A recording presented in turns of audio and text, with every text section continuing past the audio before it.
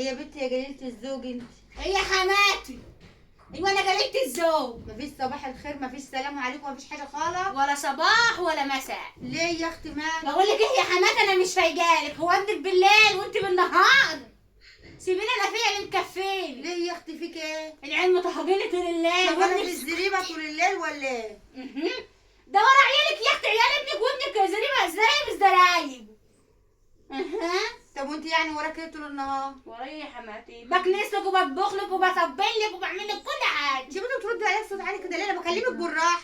حماتي انا زهقانه يا حماتي، ما طلعنيش عن شعوري. طلعكيش عن شعوري؟ ايوه يا حماتي. الله يرحم يا اختي، لما رحنا نخطبوكي كنت قاعدة زي القطة المغمضة. أني؟ عمالة اكلم فيكي ما بترديه. طيب تعالي كلي يا دودو. طيب تعالي افرحي هنا. حاضر.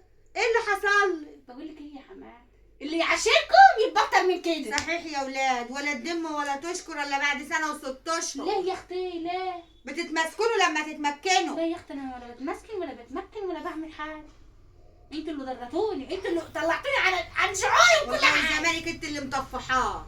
طفحه مين يا حماتي؟ الواد عمال يخس كده اهو وانت رحتي شبه البرميل. أني؟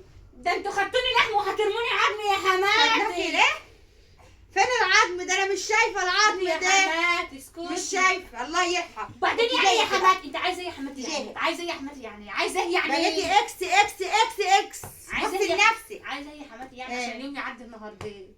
قومي شوفي اللي وراك. مش جايه عامله حاجه. قومي يا بنت شوفي اللي وراك. مفيش، مش عامله يا حماتي، مش عامله. هو ضربك ولا ايه؟ مطفحني يا النبي حماتي. يا رب اشمت فيكي كده وهو ضربك. وانا هشمت فيك الجرايه. نفسي اشوف ايديه معلمه على وشك الحلو ده اهو. يا حماتي ما تطلعنيش عن شعوري يا حماتي. طلعكيش عن شعور. انا فيا اللي مكفيني. فيك ايه يا اختي؟ والله يا حماتي هسيب لك عيال ابنك وابنك يا حماتي واطفش واسيب لكم الدنيا بحالها. سيبي وانا هجوزه، هتلاقي واحده تانية في الشقه. بحاتي يا اختي.